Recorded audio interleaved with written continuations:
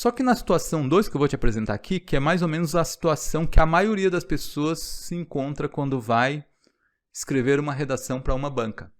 Ela tem um tema, lhe é dado um tema, só que ela ou não tem método ou tem um método ineficiente nas mãos. Aprendeu com um método ineficiente. Além de ser algo novo, a redação ela é o que? É um desafio, né? Estar diante de uma folha em branco para escrever sobre um tema do zero é um desafio. E como todo desafio requer uma solução criativa para ser resolvido, então escrever uma redação requer criatividade, não é isso? Bom, para responder essa pergunta e para te mostrar, eu vou voltar às palavras do Murilo Gun, que ele disse que escrever é a coisa mais criativa do mundo, porque a cada palavra há 400 mil possibilidades de palavras no dicionário inteiro. Ele disse isso.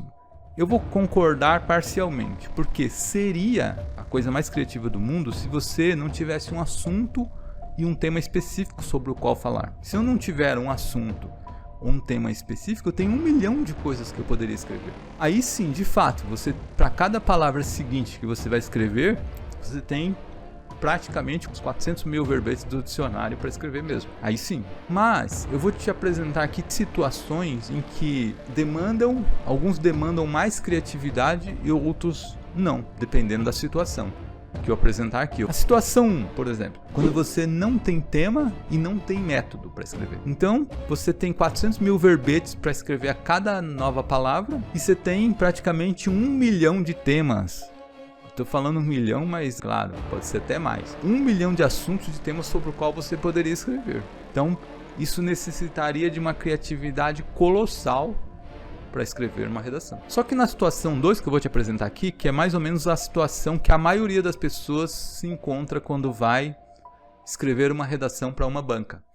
Ela tem um tema, lhe é dado um tema, só que ela ou não tem método ou tem um método ineficiente nas mãos.